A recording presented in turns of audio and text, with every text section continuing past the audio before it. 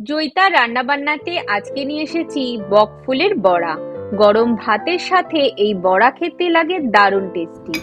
আর এই রকম ক্রিস্পি বড়া কিভাবে সোডা কিংবা বেকিং পাউডার ছাড়াই বানিয়ে নেওয়া যায়, আজকে সেই রেসিপি আপনাদের সাথে শেয়ার করব। আমি এখানে 14 থেকে 15টা বকফুল নিয়েছি। বকফুলগুলোকে প্রথমে খুব ভালো করে 2 থেকে 3 বার জল পাল্টে এইভাবে ঝাঁকিয়ে ভালো করে ধুয়ে নিতে হবে। ধোয়া হয়ে গেছে, ফুলগুলোকে একটা পাত্রে তুলে নিচ্ছি। এবার বক ফুলগুলোকে বেছে নিতে হবে। প্রথমে একটা ফুল নিয়ে এইভাবে ডাঁটিটাকে ফেলে নিলাম। তারপর আঙুলের সাহায্যে খুব আলগাভাবে এইভাবে পাপড়িগুলোকে সরিয়ে নিতে হবে। তারপর ভেতর থেকে এইভাবে যে শক্ত ডাঁটি মতন থাকে সেটাকে টেনে ছিঁড়ে নিতে হবে। এইভাবে প্রত্যেকটা ফুলকে কিন্তু এক এক করে বেছে নিতে হবে। ফুলের যে নিচের সবুজ অংশ সেটাকে কিন্তু আমি বাদ দিচ্ছি না, সেটা সমেতই আমি বড়াগুলোকে ভাজবো। এই পদ্ধতিতেই সবকটা ফুলকেই আমি এইভাবে বেছে নিয়েছি। ব্যাটারের জন্য আমি এখানে একটা চালনির মধ্যে নিয়ে নিচ্ছি হাফ কাপ বেসন।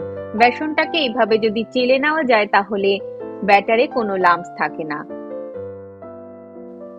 বেসনটাকে চেলে নেওয়া হয়ে গেছে, এর মধ্যে দিয়ে দিচ্ছি 2 টেবিল চামচ চালের গুঁড়ো।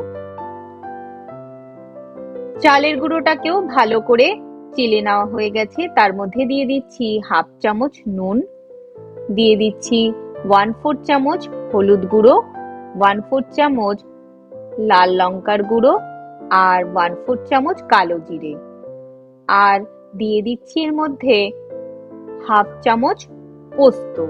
পোস্তর দানা দিলে খেতেও যেরকম ভালো লাগে আর দেখতেও সুন্দর লাগে। দিয়ে দিচ্ছি 1/4 চামচ চিনি, দিয়ে শুকনো অবস্থায় ভালো করে প্রথমে মিশিয়ে নিচ্ছি। এবার ব্যাটারটাকে রেডি করব, তার জন্য নিয়ে নিয়েছি হাফ কাপ জল। জলটা একবারে না দিয়ে এইভাবে অল্প অল্প করে জল দিতে থাকছি আর ব্যাটারটাকে রেডি করছি। ভালো করে ব্যাটারটাকে চামচের সাহায্যে এইভাবে মিক্স করতে হবে। এইভাবে একটু একটু করে জল দিচ্ছি আর ব্যাটারটাকে রেডি করছি। ব্যাটারটা খুব বেশি পাতলা বা খুব বেশি ঘন হবে না, এইরকম কনসিস্টেন্সিতে ব্যাটারটাকে রেডি করতে হবে। বড়া ভাজার জন্য কড়াইতে দিয়ে দিলাম বেশ খানিকটা ভেজিটেবল অয়েল। গরম হলে সেই তেল থেকে 1 চামচ তেল আমি ব্যাটারের মধ্যে খুব ভালো করে মিশিয়ে দিলাম। এইভাবে যদি ব্যাটারে তেল মিশিয়ে দেওয়া যায় তাহলে বড়াগুলো খাবার সোডা ছাড়াই খুব ক্রিস্পি হবে। একটা ফুল এইভাবে ব্যাটারে ডুবিয়ে তেলের মধ্যে দিয়ে দিলাম।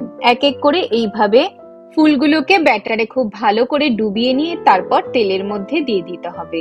ফ্লেমটাকে এই সময় মিডিয়ামেই রাখতে হবে। ফার্স্ট ব্যাচে আমি এইরকম ভাবে 4টে ফুলের বড়া বানিয়ে নিচ্ছি। ফ্লেমটাকে লো টু মিডিয়ামে রেখে এইভাবে একদিক ভাজা হয়ে গেলে বড়াগুলোকে একটা একটা করে উল্টে দিতে হবে। হাই ফ্লেমে ভাজলে বড়ার বাইরেটা কিন্তু চটজলদি পুড়ে যেতে পারে। এইরকম লাইট ব্রাউন করে ভাজা হয়ে গেছে, বড়াগুলোকে তুলে নিচ্ছি। একই পদ্ধতিতে নেক্সট ব্যাচেও আমি বড়াগুলোকে এইভাবে ব্যাটারে ডুবিয়ে তেলের মধ্যে দিয়ে দিচ্ছি।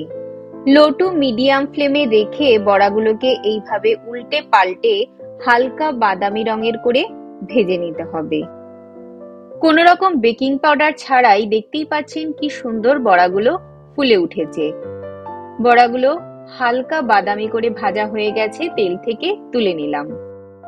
আমার এই রেসিপিতে বাড়িতে বকফুলের বড়াটা অবশ্যই একবার ট্রাই করে দেখবেন, খেতে দারুণ টেস্টি হয়। আর রেসিপিটা ভালো লাগলে আমার চ্যানেলটাকে লাইক, শেয়ার ও সাবস্ক্রাইব করার অনুরোধ রইল।